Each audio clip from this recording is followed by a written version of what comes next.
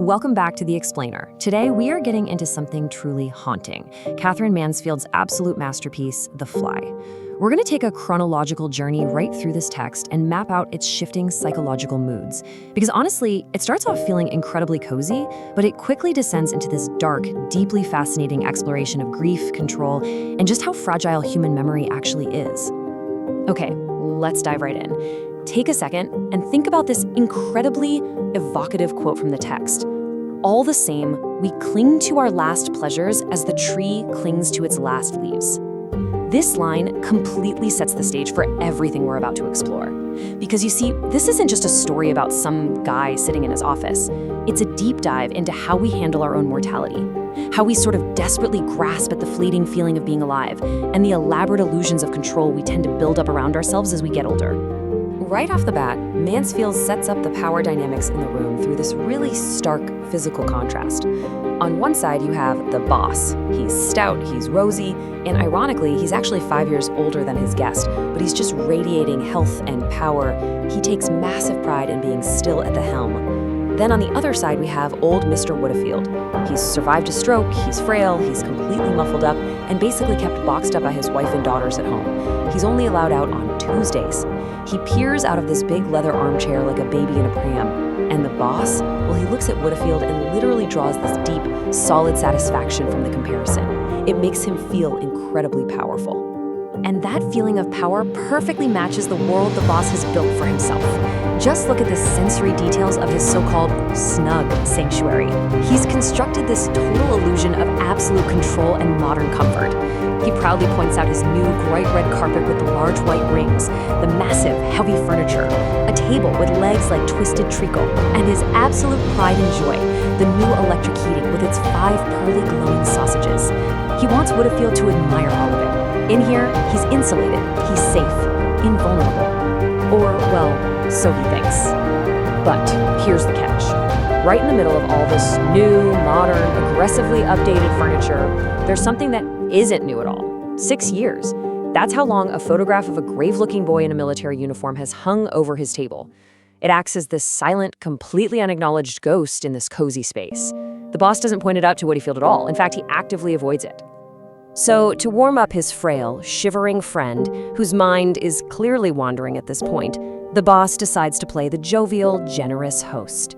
He unlocks a cupboard and brings out a squat, dark bottle of whiskey, claiming, on the strict quiet of course, that it came straight from the cellars of Windsor Castle. He pours him a generous finger and tells Woodfield not to dare tamper with it by adding water. Notice how the boss is entirely dictating the flow of the interaction here. He's the benefactor, the man in charge, holding the keys to the good stuff. And then, boom, the bombshell drops. Woodfield's chill brain finally warms up from that whiskey, and he remembers what he wanted to say. The girls were in Belgium last week, having a look at poor Reggie's grave, and they happened to come across your boys. This innocent, almost casually delivered line is the inciting incident of the whole story. It utterly and instantly shatters that warm, cozy, insulated atmosphere we just spent all this time building up. It is literally as if the earth has just opened up right beneath the boss's feet. The contrast in their reactions right here is just wild. The boss is paralyzed, completely frozen. He doesn't say a single word. His only visible reaction is a slight quiver in his eyelids. Meanwhile, Woodfield is entirely oblivious to the massive emotional wound he just ripped wide open. He just keeps rambling. He talks about how the war graves are kept beautifully, neat as a garden, with nice broad paths. And then, jarringly, he completely pivots to complaining about being charged 10 francs for a tiny pot of jam at his Belgian hotel. Think about that. From the immense, earth-shattering tragedy of a son's death, straight to the trivial cost of hotel jam in the exact same breath, right before he just shuffles on out the door. So with Woodfield gone, the boss is left completely alone. And what does he do? He actually schedules his morning. He tells his messenger, Macy, to let absolutely no one in for half an hour. He shuts the door, plumps down into a spring chair, and covers his face with his hands. The text explicitly notes that he intends to weep. He arranged for it. It's a ritualistic mourning process that he feels he fundamentally owes to his identity as a grieving father. To really understand why this moment is so devastating, we need to look at the timeline of the boy's life. The boss built this entire business specifically for his only son. A year before the war, the boy was right there in this very office, learning the ropes, super popular with the staff, incredibly bright. And then came the day of the telegram, the day the business and the boss's entire life came crashing down in ruins. For years after that, just saying the words, "my son," would bring on violent fits of weeping. He swore that time would make absolutely no difference to his grief.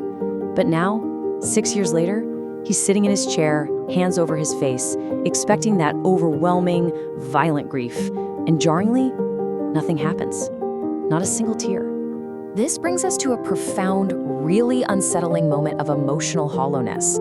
The boss is genuinely puzzled. He thinks something must be wrong with him. He gets up to look at the photograph of his son, hoping, praying really, that it'll trigger the tears. But looking at it now, the boy's expression just seems cold, unnatural, and stern. He never looked like that in life. It forces us to stop and ask, how do we actually process long-term grief? When the initial shock wears off, years down the line, where does that emotional energy go? The reality is, our human defense mechanisms eventually numb us to the pain, which is exactly what the boss is experiencing, much to his own guilt and confusion. Interestingly enough, Mansfield herself knew this exact numbness. She wrote this story just a few years after losing her own beloved brother in World War I, capturing that very real, often unspoken guilt of a fading grief. And right at this moment of intense, crippling psychological confusion, the focus violently shifts. We zoom out from a macro tragedy, the loss of a son, to a horrific world war, and zoom right into a micro tragedy happening on the boss's desk. A tiny fly has fallen into his broad ink pot. It's struggling feebly but desperately, trying to clamber out of the wet, slippery sides, basically calling for help with its little struggling legs. And just like that, the boss is distracted.